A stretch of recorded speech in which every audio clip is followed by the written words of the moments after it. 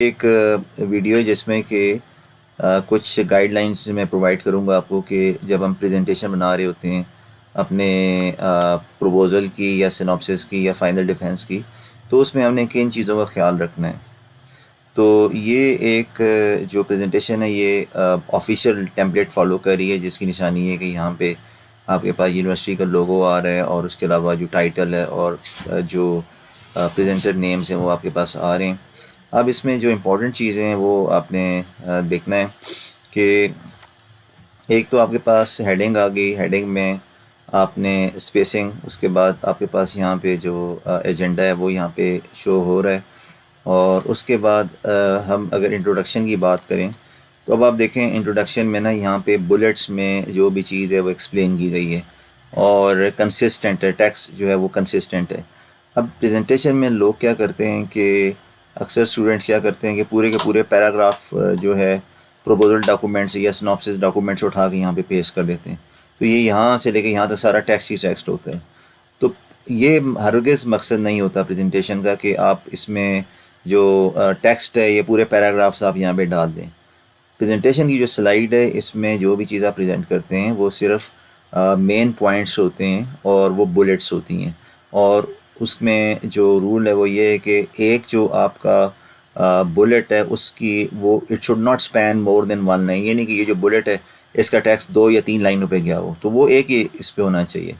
यहाँ पे आपका मकसद ये होता है कि आपने इंस्टेड के आप प्रोजेक्टर की तरफ देख के आप स्लाइडें रीड कर रहे हैं और आपने इतना सारा टेक्स्ट डाला हुआ है, आपने फेस करना है ऑडियंस की तरफ और आपने ये 4-5 जो पॉइंट्स आपने इसमें हाईलाइट किए हुए उनको आपने एक्सप्लेन करना है। ठीक है, और आपका जो फ्लो है एक्सप्लेनेशन का वो इसी सीक्वेंस में होगा जिस सीक्वेंस में यहाँ पे ये बुलेट्स नज़र आ रही हैं। फिर there should be consistency among headings और या स्लाइड्स। अब यहाँ पे हमारे पास हेडिंग आ रही है, ये टेक्स्ट आ रहा है, नीचे स्लाइड नंबर आ रहा है। अगर आप अगली स्लाइड में जाएं तो सेम हेडिंग साइज़ है और सेम टेक्स्ट साइज़ है। ये भी हम देखते हैं कि लोग जो स्लाइड्स में किसी एक स्लाइड में टेक्स्ट ज़्यादा हो जाता है, किसी में कम हो जाता है। तो ये चीज़ें जो है इसमें हमने इसका ध्यान रखना है फॉर्मेटिंग के पॉइंट ऑफ व्यू से। फिर स्कोप आ गया, ठीक है, इसमें आप देख सकते हैं मतलब कि अगर आपने सब बुलेट्स लगानी है तो उसका स्टाइल आप देख सकते हैं। ठीक है, अब ये जो सेक्शन है ये कंटिन्यूड है, स्कोप वाली स्लाइड जो आगे तक जा रही है। तो अब इस स्लाइड में हेडिंग क्या आएगी, स्कोप, और आगे CONT डॉट। तो ये तरीका है जब आप कंटिन्यूशन आगे कर रहे होते हैं स्लाइड्स की। और फ़ॉन्ट साइज़ वगैरह सारा आप देख रहे हैं। इसमें पैराग्राफ्स नहीं रख रहे हम लोग और जो टू द पॉइंट चीज़ है सिर्फ हम वही प्रेजेंट कर रहे हैं यहाँ पे। और उसके बाद टेबल्स, ठीक है, आप देख सकते हैं टेबल्स किस तरह हमने प्रेजेंट करने हैं और फिजिबिलिटी का टेबल कैसे नज़र आएगा, technical feasibility, financial feasibility, resource feasibility.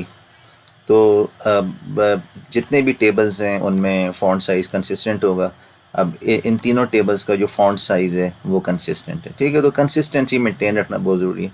यानी कि एक स्लाइड में फ़ॉन्ट ज़्यादा है, एक में कम है, एक में जो है ये स्पेसिंग कम हुई हुई, एक में हेडिंग बड़ी, ये नहीं होना चाहिए कभी भी। और बहुत ज़्यादा टेक्स्ट हमने डालना ही नहीं। ठीक है, तो स्केड्यूल आ गया।